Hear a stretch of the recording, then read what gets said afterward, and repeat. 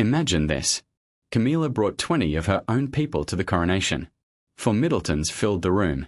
And in that charged, historic moment, not a single person curtsied to Queen Camilla.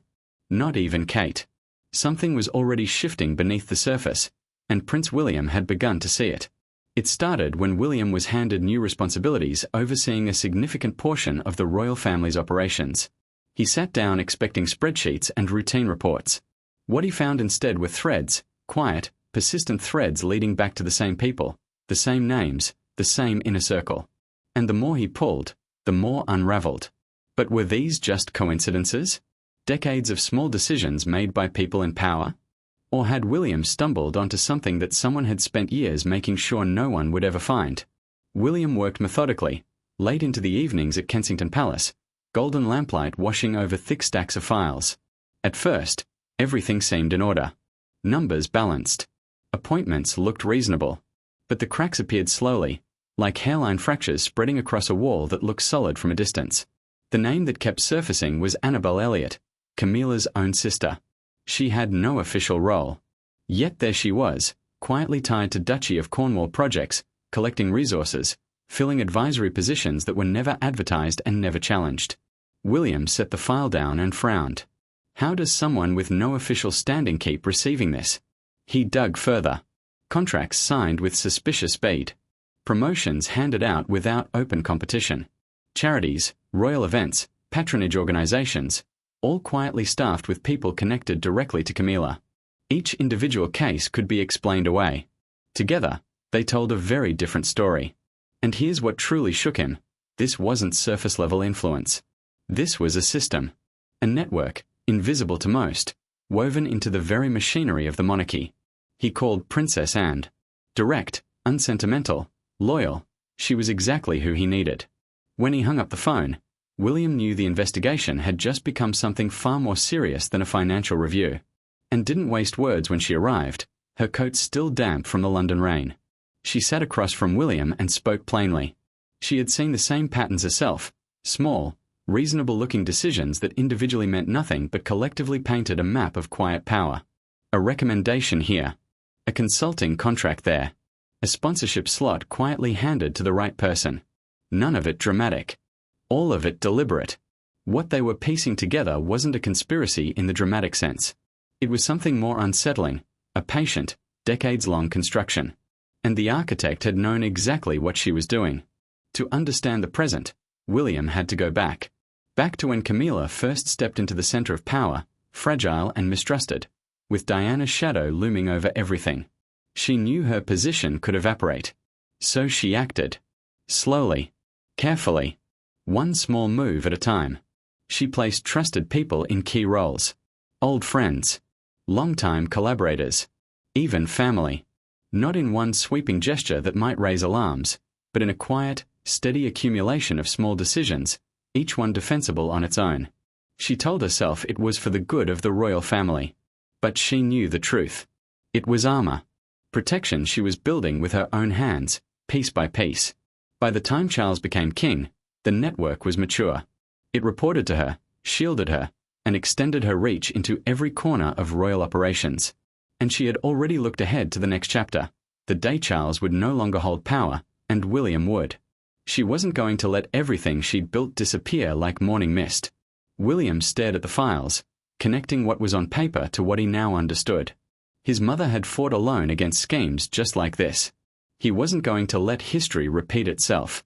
Then came the breakthrough, and it arrived in the form of a nervous, reluctant man named Richard Harrington. Richard was a former senior employee in royal estate management, recently retired and clearly wanting nothing more than a quiet life. The meeting was arranged discreetly, disguised as a casual coffee. He arrived pale, eyes darting, already halfway out the door before he'd even sat down. William was patient. He didn't push. He simply asked Richard to consider what silence would cost, not him, but the institution he had served. After more than an hour, Richard broke. He exhaled slowly and said what he'd carried for years. Important decisions weren't made by leadership. They were coordinated quietly by Camilla's inner circle, in private meetings, with verbal instructions only. No emails. No minutes. Nothing that could be traced. He had once been told directly to prioritize certain files. He had complied, and his conscience had never let him forget it. William and exchanged a look. The final piece had just fallen into place. But within 48 hours, something extraordinary happened. Witnesses who had agreed to cooperate suddenly went quiet. Previous statements were walked back. Richard Harrington stopped returning calls entirely. And when William and returned to the digital archives, files they had personally marked were simply gone, deleted, moved, vanished. It had happened simultaneously. Coordinated. Precise. The work of someone who had given a single clear order to many people at once. Camilla knew. And she had moved fast. She sat in her private room projecting calm, certain that without documents or willing witnesses, William had nothing but suspicion. They only have speculation, she told a confidant over afternoon tea.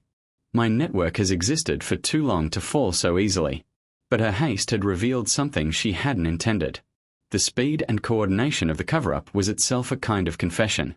You don't erase what doesn't exist. William saw it clearly. The panic behind the precision. The cracks forming in the fortress walls. He made a decision. No more paper trails and archive requests. It was time for a direct confrontation. The meeting was held in a private room at Buckingham Palace. Present were King Charles, Princess Anne, and several senior advisers. The air in that room was thick. William walked in and did not soften a single word.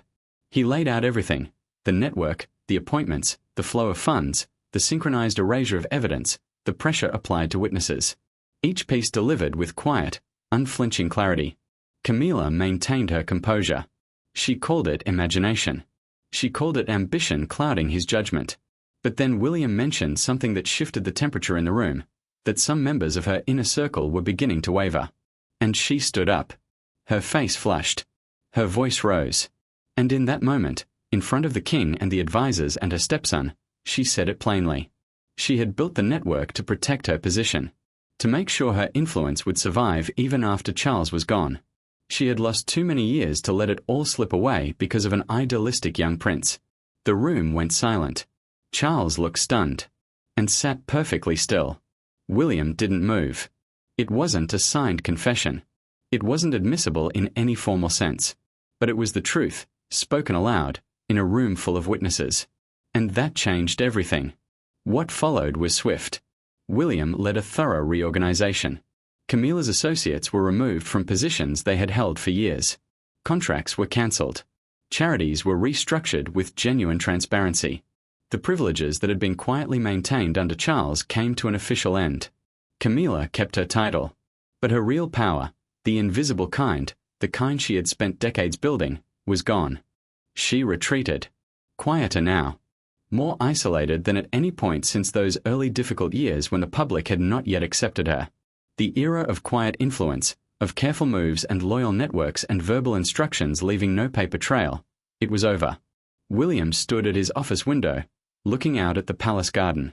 He felt the weight of exhaustion that only comes after a long, uncertain battle finally reaches its end. He had not sought this fight, but he had not walked away from it either. The monarchy he would one day lead would be different. Not perfect, nothing is, but built on something more solid than loyalty to a single person's survival. The question worth sitting with is this: if you had been in William's position, and you had discovered what he discovered, would you have kept pulling that thread? Or would you have chosen quiet, for the sake of keeping the peace?